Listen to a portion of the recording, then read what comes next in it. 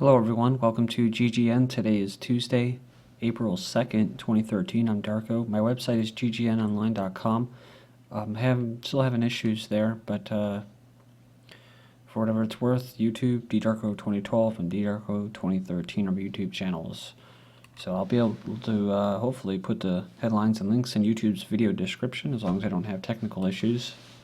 Number of teens expecting to depend on parents into adulthood has doubled since 2011. We just ended up with some articles just talking about flash mobs starting up as the weather is getting warm. Also, these teenagers have some kind of thing about beating the hell out of and burning homeless people. I think that's part of societal programming. But for whatever it's worth, these same teens are going to end up in the same position, right? Homeless. So it's just kind of ironic. But they're taught to see as, someone that's homeless as a failure of the capitalist system, not pulling their weight. The fact is that, like I said before, if you have a job, that means that somebody else does not have a job. So it's much like the usury system. It's the Federal Reserve's fractional reserve scam, or whatever they call it. It says, and what could be an indicator of either a massive drop in teens' financial prospects or the fact that teens today are getting more realistic about their financial futures. A new survey shows that the percentage of teenagers who expect to remain dependent on mom and dad or until at least the age 27 has doubled in just the last 2 years. Said in 2011, only 12% of respondents said they would probably be financially dependent on a parent guardian till the age of 27. According to the newly released 2013 survey, the rate now stands at 25%. Meanwhile, those who are completely unsure of when or if they will ever be dependent has jumped from 1% in 2011 to 11% in 2013. Number of unemployed in the Eurozone hits the highest level since they began to keep records. He says we're just talking about what a disaster the Eurozone economy was, and here's more evidence. Unemployment, 12%, same as the last time. Record high of nearly 50 million Americans on food stamps. Figures show that poverty is on the rise in the U.S. as the number of people receiving food stamps has soared to a record high of almost 50 million Americans. It says here it's increased by 70% since 2008. It says this means a staggering 15% of the American population is receiving food stamps, which is almost double the rate of 1975. According to the U.S. Census Bureau, the number of people receiving food stamps tends to correspond to the number of citizens living in poverty, with nearly 1 in 6 Americans. Thousands more Americans are losing their homes this year, with 1.5 million properties taken by banks, up 9% on 2012. The number of foreclosed bank seized homes, has risen by 9% already this year. 1.5 million properties currently being lost by homeowners who can no longer afford them. This California-based Realty Track says a further 10.9 million American homeowners are at risk because they owe more than their property is worth. They're dubbed zombie foreclosures. There are thousands of properties that are stuck in limbo as banks haven't sold them on, but owners have abandoned them. U.S. inequality will define the Obama era. Barack Obama has said the biggest goal is to revive the U.S. middle class. He says our country cannot succeed when a shrinking few do very well and a growing many barely make it. It remains to be seen whether higher inequality lowers the U.S. growth rate, as Mr. Obama hinted, as some economists fear. The chances are that it does. Either way, Mr. Obama will or has been unable to fix America's most unequal distribution of income since the 1920s. In June, the U.S.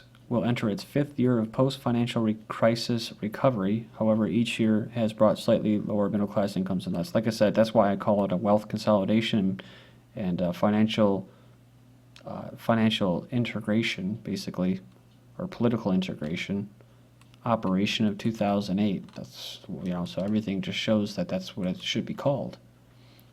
Stockton goes bankrupt, precedent-setting implications. One of the most dangerous cities in America has just declared bankruptcy, leaving creditors out of hundreds of millions of dollars. So, in the wealth consolidation operation, it says here that they experience a 70% decline in the city's tax base. California now has a negative net worth of $127 billion. This is according to a new financial report. It says here that that number doesn't account for unfunded liabilities for the state employees' future pensions. Hispanics to become majority ethnic group in California next year. It says California's population is experiencing a cultural makeover. The troubled economy is driving out the middle class to more prosperous areas of the country. Now the future of America's most populous state belongs more to immigrants than ever before. So I think it originally belonged to them anyways. So I guess when they're going to hand it back to them, they'll give it to them. Give it to them. Here's California. You can have it. It's bankrupt. Casino economics, how the S&P 500 endured two 50% dips in the 2000s and sent the middle class packing. It said it took the S&P 500 about 13 years to get back to where it was in 2000.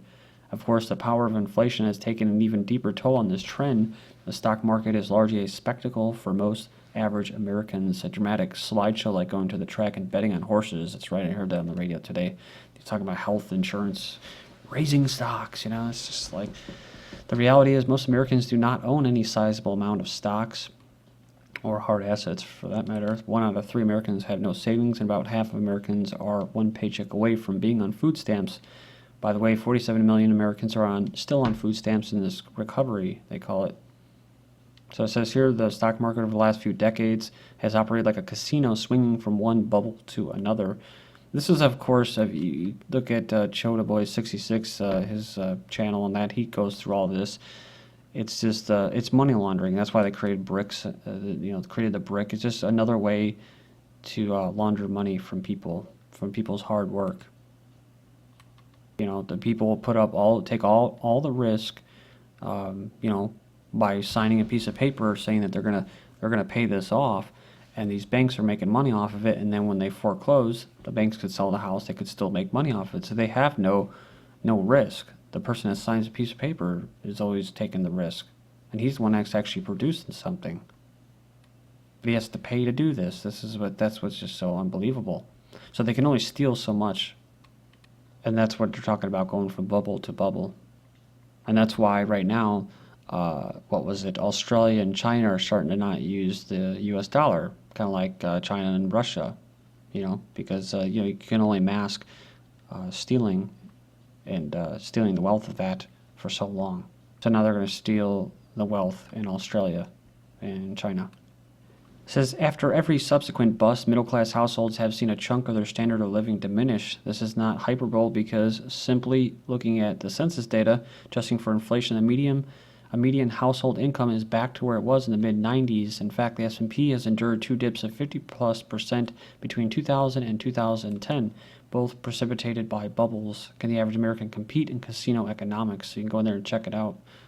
On to Cyprus. Cyprus-style bail-ins are proposed in the new 2013 Canadian government budget. We've already pretty much covered this, but they're wanting to do the same thing in Canada about raiding people's private accounts and that.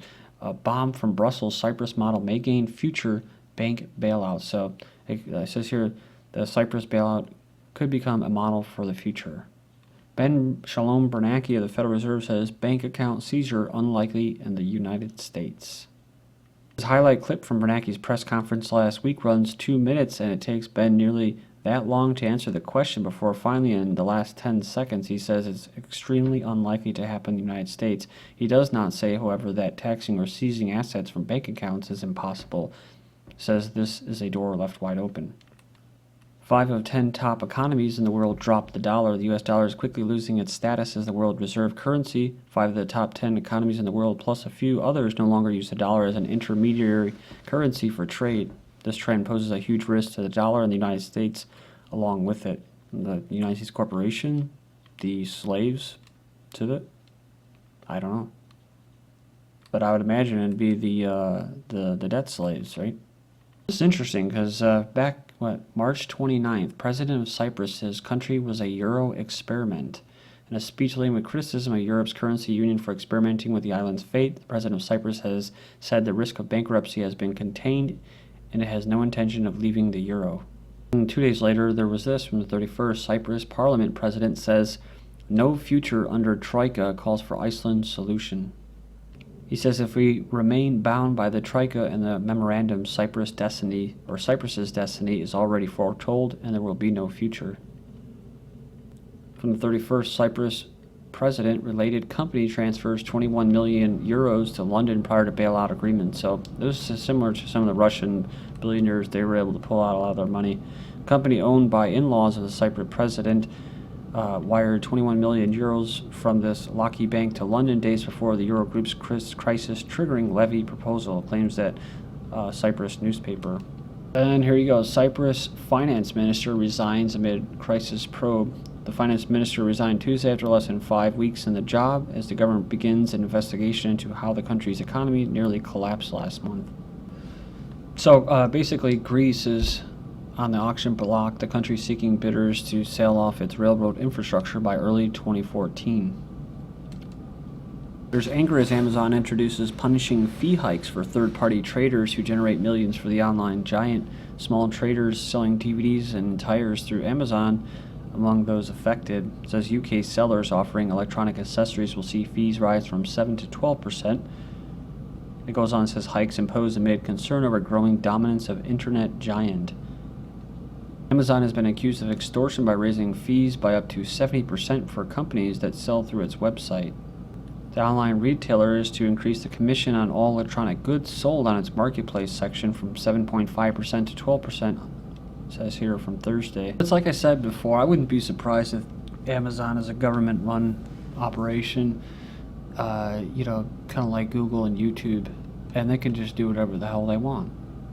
Speaking of government operations, I think Walmart is another one, right? And these people are rich and stuff that manage it, but these Walmarts will be turned into FEMA camps if need be, and they're already battle hardened. They don't have any windows, I think, at all. They have little citadels and where they have snipers and stuff. And I've actually seen the guard towers in Walmart parking lots and Target parking lots, so they're ready. Cameras everywhere.